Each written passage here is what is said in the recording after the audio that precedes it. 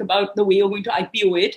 You just need to think about it as like the small idea that it is, and maybe test it out in the small ways that you can.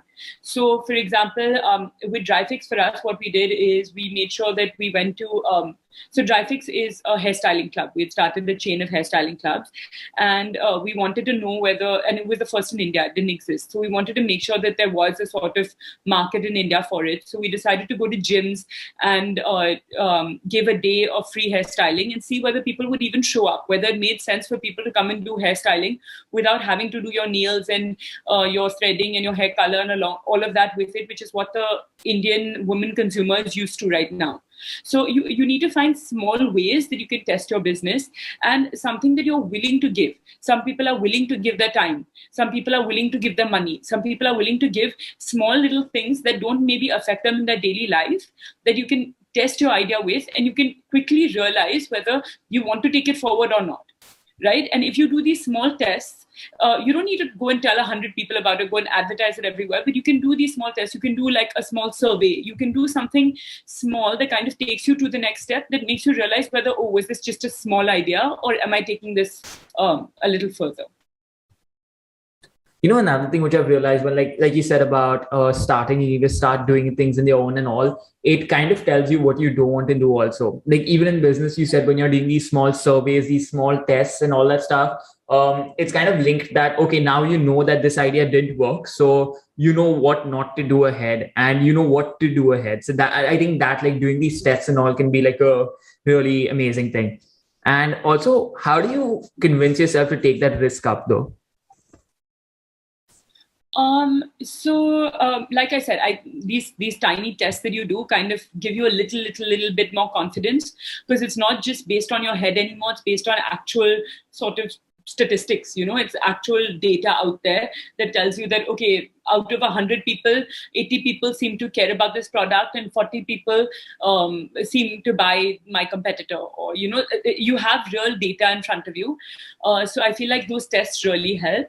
And another way that you can maybe take risks is just another time actually you take risks. I feel like the younger you are, the easier it is to take the risks. So I feel like someone at my father's age he starts thinking about like the time that he has left and what he wants to do with his current businesses and all of that. And until some new blood or some new energy comes into the business, I at least earlier, it was a little tough for him to kind of push it forward, or maybe look at new businesses for him to start. But I feel like the younger you are, like when I was in college, I didn't have a care in the world. Like I didn't have any restrictions. I was very easily able to take whatever risks in terms of my professional life. Now that I'm married, it gets a little harder. Maybe 10 years down the line, it'll be a little harder for me. So risks, yeah, it's tough. And I feel like the tests help. But the younger you are, just sort of push yourself a little more, because the older you get, it's just going to get that much tougher.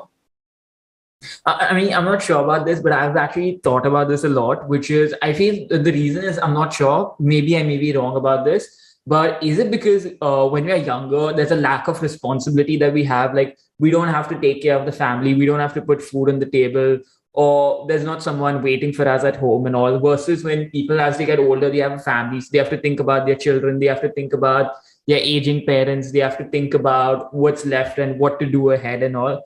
Is it because of that, versus when we are younger, we are just like the ones in the receiving end? Yeah, so I mean, of course it's that. And don't get me wrong, there are a lot of people that take risks at the age of like 60, 70. They start new businesses that are very, very successful.